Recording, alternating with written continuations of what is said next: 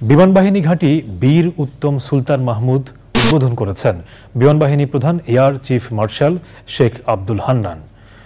বীর মুক্তিযোদ্ধা বিমানবাহিনীর সাবেক প্রধান এয়ার ভাইস মার্শাল সুলতান মাহমুদ বীর উত্তমের পরিবারের সদস্যদের সাথে নিয়ে বিমানবাহিনী প্রধান টাঙ্গাইলের পাহাড় কাঞ্চনপুর বিমান ঘাঁটির নতুন এ নামকরণ করেন।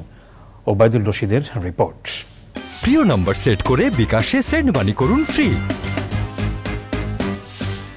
1944 সালের ৩রা মে ফেনীতে জন্মগ্রহণ করেন সুলতান মাহমুদ।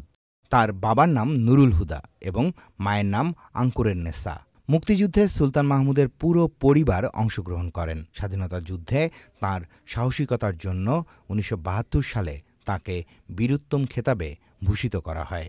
মুক্তিযুদ্ধে বিশেষ অবদান ও বিমানবাহিনী প্রধান হিসেবে একটি সুসংগঠিত ও কার্যকরী বাহিনী গড়ে তোলা এবং দেশ গঠনে অসামান্য অবদানের স্বীকৃতিস্বরূপ 2018 সালে স্বাধীনতা পুরস্কারে ভূষিত হন তিনি।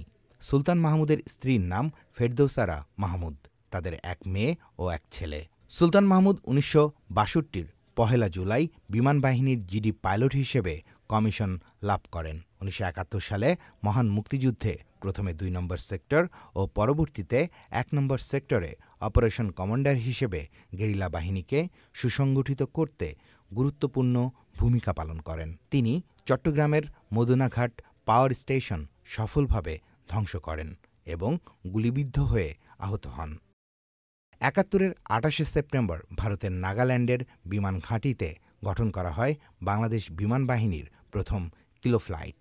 9 জন পাইলট, 67 জন টেকনিশিয়ান, একটি অ্যালোয়েট 3 হেলিকপ্টার, একটি অর্টার ও একটি DC-3 ডেকোটা উড়োজাহাজ নিয়ে যার যাত্রা শুরু। প্রশিক্ষণ চলে 2 মাস। কিলো ফ্লাইটের নেতৃত্ব দিয়েছিলেন সুলতান মাহমুদ।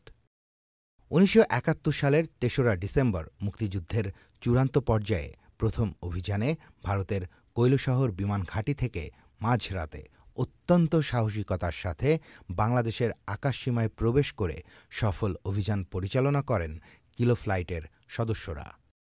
নারায়ণগঞ্জের গোদনাইল তেলের ডিপোতে সফল আঘাত হানেন স্কোয়াড্রন লিডার সুলতান মাহমুদ ও ফ্লাইট লেফটেন্যান্ট বদরুল আলমের নেতৃত্বে একটি অ্যালোয়েট হেলিকপ্টার। পাকিস্তানি বাহিনীর মনোবল ভাঙতে অসীম সাহসিকতার পরিচয় দিয়েছিলেন সুলতান মাহমুদ।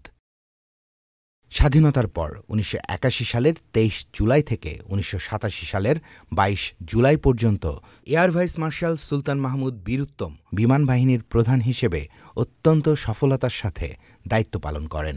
সুলতান মাহমুদ বীর উত্তম বিমান বাহিনীর প্রধান থাকার সময়ে টাঙ্গাইলে বাংলাদেশ বিমান বাহিনী ঘাঁটি পাহাড় কাঞ্চনপুর স্থাপিত হয়। অপরূপ সৌন্দর্যের লীলাভূমি, সবুজে ঘেরা জীববৈচিত্র্যময় বাংলাদেশ বিমান বাহিনী ঘাঁটি পাহাড় কাঞ্চনপুর। সামরিক ঘাঁটি হিসেবে এ ঘাঁটির অবস্থান যেমন ভৌগোলিকভাবে তাৎপর্যপূর্ণ, তেমনিভাবে এ ঘাঁটি দর্শনার্থীদের কাছেও অত্যন্ত আকর্ষণীয়। কারণ শীতে পাতা ঝরানোর পর বসন্তে তা আবার নতুন করে আসতে থাকে, যা বর্ষায় সবুজে ভরে ওঠে। এ ঘাঁটি শীতে পরিযায়ী পাখিতে ভরে ওঠে। তখন সৃষ্টি হয় প্রাণের আরেক স্পন্দন। বন্যপ্রাণীর বৈচিত্র্যময়তা রয়েছে পুরো ঘাঁটি জুড়ে। অতিথি পাখির সাথে চিত্রা হরিণের নির্ভয়ে বিচরণ রয়েছে এ ঘাঁটিতে, যা বাংলাদেশের অন্য কোনো সামরিক ঘাঁটিতে দেখা যায় না। বাংলাদেশের প্রথম রাডার ঘাঁটি পাহাড় কাঞ্চনপুর উদ্বোধনের পর থেকে নিয়মিতভাবে কার্যক্রম পরিচালিত হচ্ছে। বাংলাদেশ বিমান বাহিনীর জন্য অত্যন্ত গুরুত্বপূর্ণ এ ঘাঁটিটির নাম পরিবর্তন করে এয়ার ভাইস মার্শাল সুলতান মাহমুদ বীর উত্তমের নামে করার সিদ্ধান্ত হয়। বাংলাদেশ বিমান বাহিনী ঘাঁটি পাহাড় কাঞ্চনপুরের নাম পরিবর্তনের অনুষ্ঠানে যোগ দিতে সেখানে আসেন বিমান বাহিনী প্রধান air chief marshal Sheikh Abdul Hannan. বিমান বাহিনী প্রধানকে প্যারেড গ্রাউন্ডে গার্ড অব অনার দেওয়া হয়।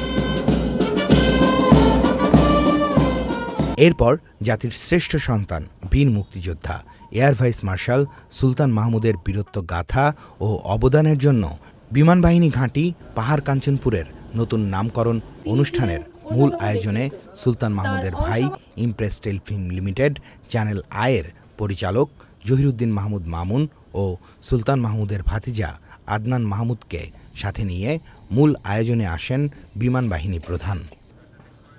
জহিরুদ্দিন মাহমুদ মামুন আদনান মাহমুদ এবং বিমান বাহিনীর ঊর্ধ্বতন কর্মকর্তাদের সাথে নিয়ে বিমান বাহিনী ঘাঁটি বীরুত্তম সুলতান মাহমুদ এর নাম ফলক উন্মোচন করেন বিমান বাহিনী প্রধান air chief marshal Sheikh Abdul Hannan. এই বিমান ঘাঁটির সফলতা কামনায় দোয়া ও মোনাজাত অনুষ্ঠিত হয়। বিমান বাহিনী প্রধান air chief marshal Sheikh Abdul Hannan বীর মুক্তিযোদ্ধা স্বাধীনতা পদকপ্রাপ্ত সাবেক বিমান বাহিনী প্রধান বীরুত্তম সুলতান মাহমুদের অবদানের কথা তুলে ধরেন।